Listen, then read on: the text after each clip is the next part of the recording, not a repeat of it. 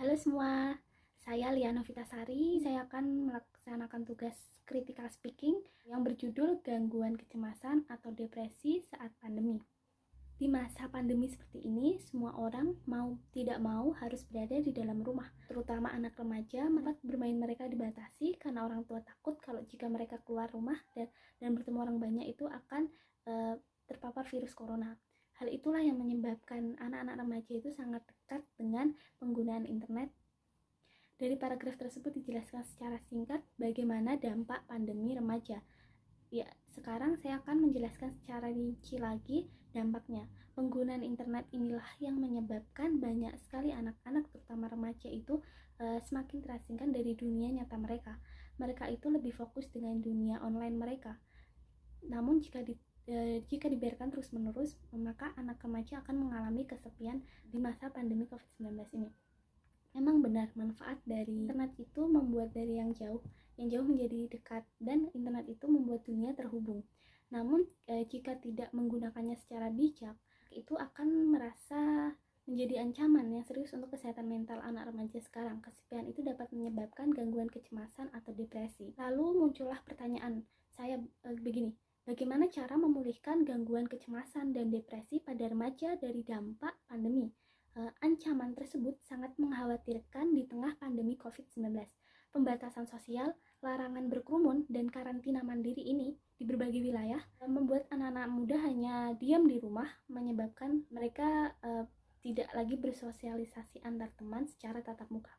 Lalu menurut laporan UNICEF yang berjudul The State of the World Children 2021 on Mind, Promotion, Protection, and Caring for Children Mental Health, dilaporkan ini menunjukkan bahwa sebelum adanya COVID-19, anak-anak dan remaja telah menanggung beban kesehatan mental.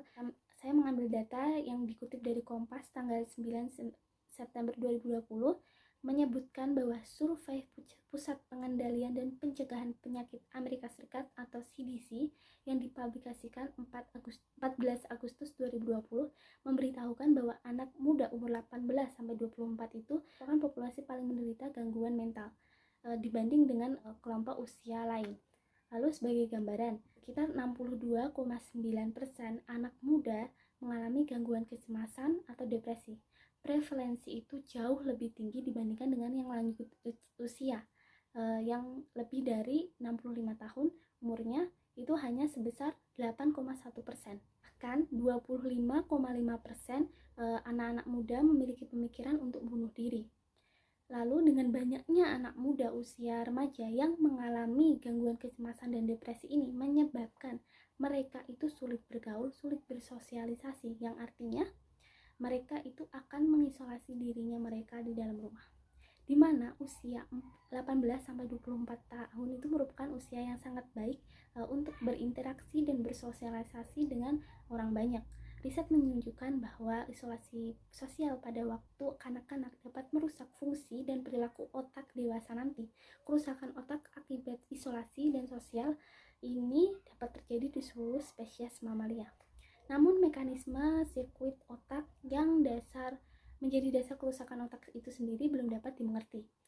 Hasil studi yang dipublikasi di jurnal Nature Neuroscience tanggal 31 Agustus 2020 itu menunjukkan neuron atau sel saraf di korteks prefrontal media yang memproyeksikan ke bagian talamus paraventrikular adalah bagian yang berdampak akibat isolasi saat remaja.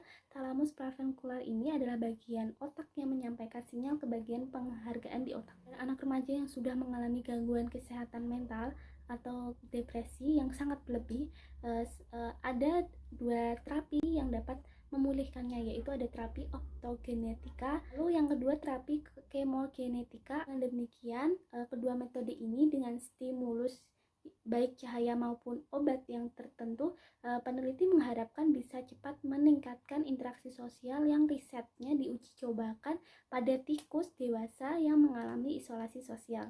Jadi dapat disimpulkan bahwa jika seseorang mengalami gangguan kecemasan atau depresi atau stres yang berlebihan, itu dapat mengurangi gangguan tersebut, bisa menjadi solusi bagi remaja. Metode terapi yang digunakan kemungkinan juga bisa dimanfaatkan untuk memperbaiki perilaku sosial selama pandemi, seperti dapat mengatasi berbagai gangguan kecemasan. Itulah pemaparan dari saya.